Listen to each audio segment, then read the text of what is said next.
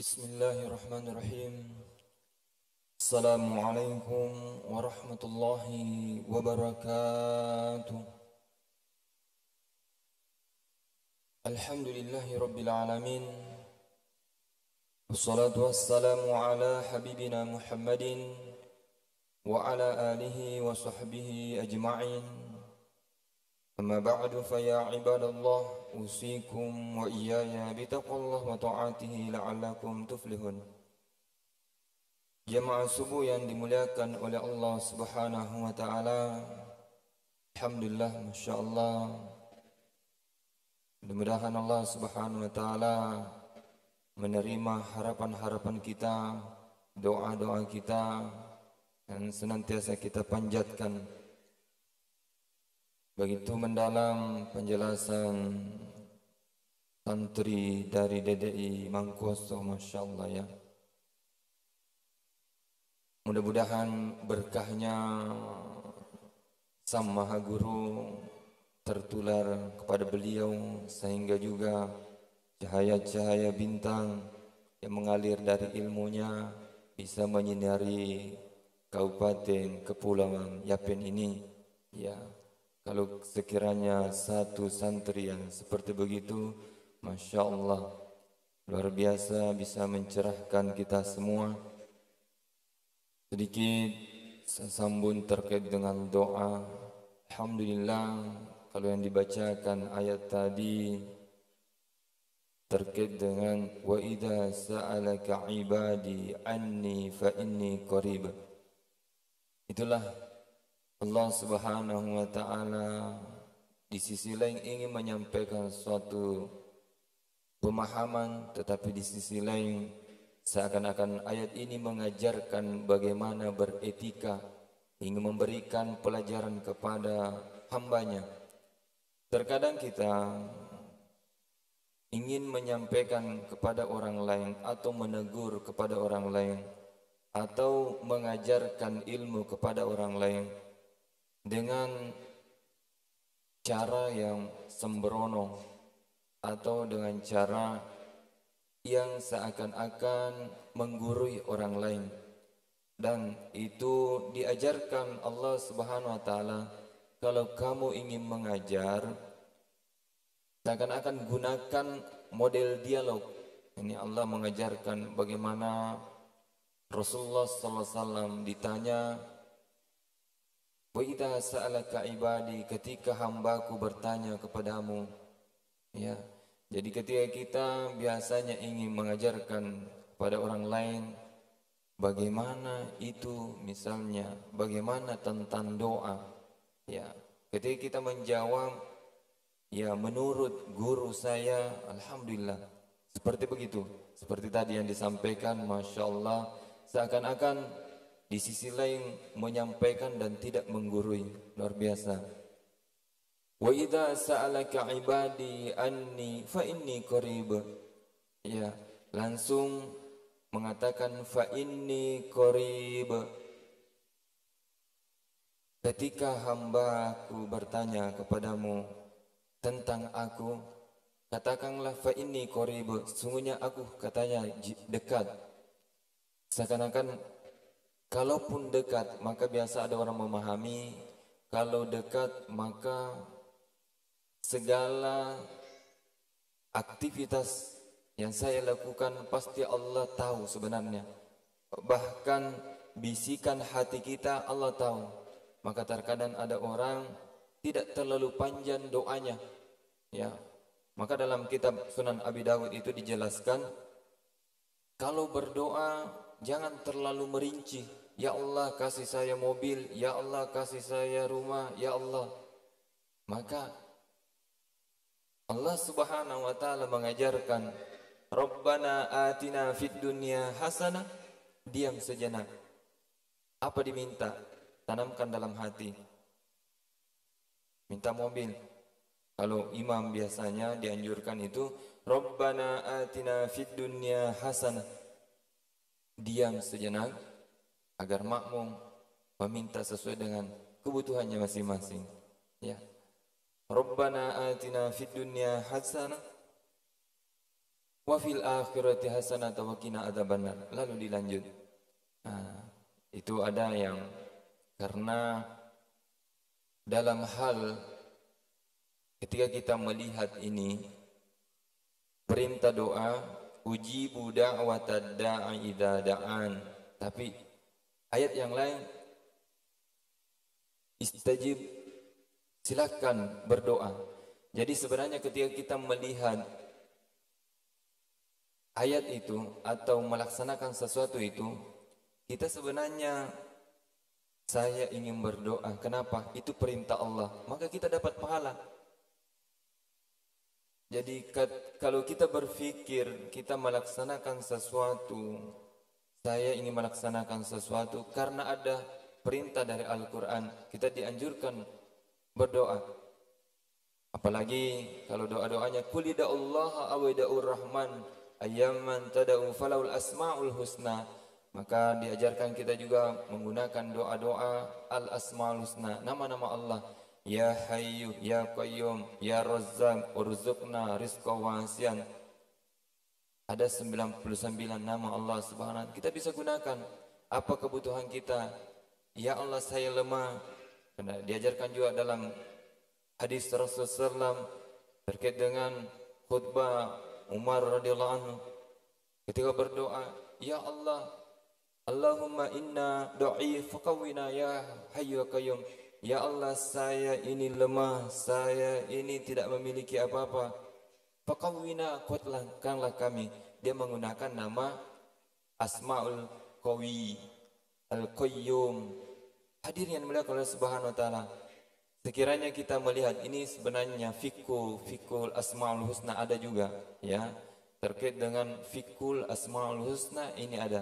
Bagaimana ketika setiap kebutuhan kita ini, misalnya apa kebutuhan kita? Ya Wahhab, Ya Razzaq, Ya Fattah, Ya Fattahu, Ya Alim, iftah alaina futuhal arifin. Ya Allah, bukakanlah pintu hati saya. Hadirin yang dimuliakan oleh Subhanahu wa taala. Namun sedikit menerangkan tadi fa inni qarib. Ya betul. Ketika dikatakan bahwa segala doa kita diijabah oleh Allah Subhanahu wa taala dan itu sesuai dengan kehendak Allah Subhanahu wa taala. Tapi ketika kita melihat fa inni qarib dalam kitab Ibnu Athaillah As-Sakandari mengatakan bahwa sebenarnya Allah Subhanahu wa taala qarib. Kenapa Allah mengatakan fa inni qarib? Karena kalau Allah jauh atau Allah ada yang membatasi kita, seakan-akan ada benda, ada makhluk yang lebih kuasa daripada Allah Subhanahu wa taala. Makanya Allah dekat sama kita. Tapi kenapa kita merasa jauh? Karena dikatakan wa innama anta mahjubum. Sebenarnya kamulah yang terhijab. Artinya diri sendiri yang menghijab kepada Allah Subhanahu wa taala. Oleh karena itu biasanya ini ulama kita menafsirkan terkait Allahu nurus samawati wal ard. Ya, kalau Pak Imam tadi Masya Allah, Toha ma anzalna alaikal qur'ana litashqa. Al-Quran ini tidak dijadikan sempit. Ya, kalau biasa dilihat ayat Ar-Rahmanu alal arsyistawa ini juga. Hadirin yang dimuliakan oleh Subhanahu wa taala, kita sebagai orang Indonesia, karena ini permasalahan ayat ini atau banyak ayat-ayat mutasyabihat seperti begini, itu terkadang menjadi perdebatan. Hadirin yang dimuliakan oleh Subhanahu wa taala, mari kita diamkan perdebatan ini, hentikan perdebatan ini. Karena kalau kita menyadari itu sebenarnya kalau kita mau berprinsip mengatakan Ar-Rahmanu alal arsyistawa, cukup saja begitu, tidak usah diterjemahkan. Tidak usah diterjemahkan bahwa bagaimana itu Allah Ar-Rahman, bagaimana itu, cukup saja Ar-Rahmanu alal arsyistawa, sudah. Karena terjemahan itu dia yang membuat salah paham. Itu yang membuat salah paham. Nah, biasanya coba bayangkan bahasa. Saya kasih contoh, kita bisa buka nanti Al-Quran. Kata hati di dalam Al-Quran ada maknanya kolbu. Kolbu juga terjemahannya hati. Ada sodarum, terjemahannya juga hati. Ada fuad, terjemahannya juga hati. Kalau kita sebagai orang awam, bingung kita. Kok ini hati, ini hati, ini hati. Itulah ketika kita menerjemahkan bahasa Arab atau bahasa Al-Quran, terkadang kita salah memahami. Oleh karena itu ayat-ayat yang mutasyabihat, yadullah fauqa aydihim, kita diamkan saja. Apa yang dimaksud di situ? Kalau ingin selamat dari perdebatan, ya, kalau ingin selamat dari perdebatan, sama dengan ini qarib. Kalau kita melihat, masya Allah, penjelasan ulama kita, Allah itu dekat, karena kalau tidak dekat berarti ada yang lebih hebat daripada Allah yang bisa menjauhkan dengan hambanya, yang bisa menghijab hambanya. Padahal tidak ada yang lebih kuasa, lebih hebat kecuali Allah Subhanahu wa taala. Maka kita mengatakan Allah itu dekat. Kalau dalam ayat mengatakan min hablil warid, ya, tapi tidak bisa dimaknai bahwa Allah ada di sini, ya. Tidak bisa mengatakan kita, oh berarti ada Allah di sini. Bukan. Hadirin yang dimuliakan oleh Subhanahu wa taala. Namun yang perlu kita pahami bahwa asma'u wa ara, pandangan Allah Subhanahu wa taala, pandangan Allah Subhanahu wa taala. Sehingga tadi ketika dikaitkan dengan kita berdoa, masya Allah, segala sesuatunya kita ini diketahui oleh Allah Subhanahu wa taala. Maka ada orang biasanya doanya tidak terlalu panjang, tetapi ikhtiarnya yang selalu jalan. Kenapa? Itu suatu proses doa juga. Di samping bekerja, dalam hatinya mengharapkan kepada Allah Subhanahu wa taala. Beda kalau ya Allah, ya Allah. Tapi kalau mau seperti ini ada juga sebenarnya. Kalau sampai pemahamannya seperti Nabi Isa atau Maryam, ya. Qala anna laki hadza? Qalat huwa min indillah. Doa di dalam masjid atau dalam mihrabnya tidak pernah keluar-keluar, langsung datang hidangan, makanan yang beraneka ragam. Tetapi perlu dilihat apakah posisi kita, rohania kita, penyucian kita kepada Allah sudah sama cara kita dengan Maryam. Maka memang dalam kitab Tanwirul Qulub dikatakan dalam perjalanan menuju akhirat itu ada 6. Yang paling terakhir itu Al-Wahidus Samad, Al-Mustaghfir Wahidus Samad. Ada orang yang sudah tenggelam, pokoknya tidak makan, tidak minum. Kalau bisa kita tidak makan dan tidak minum, bolehlah berdoa saja. Tapi kalau masih makan, pasti harus usaha itu. Diharuskan usaha. Hadir yang dimuliakan oleh Subhanahu wa taala.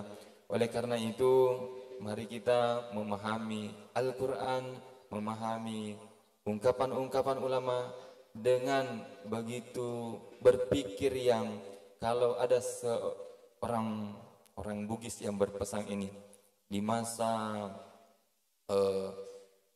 belum terlalu masuk pemahaman Islam, karena itu beliau berpesan dalam bahasa Bugis, namanya Pak Dandreng. Kalau saat sekarang ini adalah penasehat pemerintahan. Apa pesannya? Namanya ini Latan Ripeka. Apa itu Latan Ripeka? Orang yang tidak mau dan tidak suka berselisih. Itu bahasa Bugisnya. Apa pesannya kepada anaknya? Wahai anakku, engkau harus memiliki ilmu yang baik. Dalam bahasa Bugisnya, anakku, taro lalo kupunai pak disengem madeceng. Kalau kita melihat kata-katanya ini, itu kita tidak bisa memahami apa sih yang dikehendaki. Ini bahasa orang tua dulu. Tapi ternyata maksudnya dalam buku itu dikatakan dalam lontara, hendaknya kamu mampu mengolah perkataan-perkataan dari orang lain ini mengubah menjadi sesuatu yang baik. Kalau bahasa Bugisnya, taro laloi mupikiri madecengi anu angkai pole ripallawangan nu menang namancaji madeceng. Bagaimana perkataan orang lain ini, apa yang kita dengar, apa yang kita lihat, itu bisa kita olah menjadi baik.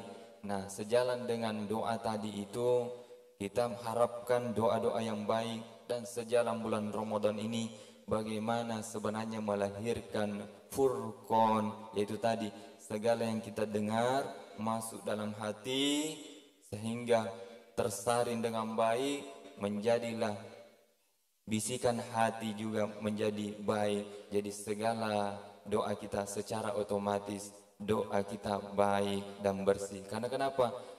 Semua perkataan, semua yang dilihat disaring masuk ke dalam hati kita menjadi bersih, dan itulah menjadi doa-doa yang bersih. Hadir yang dimuliakan oleh Subhanahu wa taala, sehingga pernah Umar berpesan, bagaimana sebenarnya kita ini memperhatikan apa itu, apa yang didengar, apa yang dilihat, dan apa yang dimakan. Karena dalam kitab Ibnu Arabi pernah berpesan juga, orang yang hatinya tidak baik, maka secara otomatis syaitan sebenarnya mudah memberikan pengaruh-pengaruh negatif. Apa yang terjadi? Mungkin kita sebenarnya berpeluang untuk mendapatkan kebaikan, namun karena sibuk dengan keburukan, akhirnya lupa dekat dari Allah Subhanahu wa taala. Karena otomatis kalau ada bisikan buruk dalam hati, otomatis Allah sebenarnya jauh. Hadisnya, innallaha thayyibun yuhibbu tabib. Allah itu baik dan menyukai yang baik. Kalau muncul yang tidak baik dalam hati, otomatis Allah menjauh dari kita. Hadir yang dimuliakan oleh Allah Subhanahu wa taala. Mudah-mudahan Allah Subhanahu wa taala senantiasa menjaga kita, menjaga hati kita, menjaga lidah kita, menjaga pendengaran kita.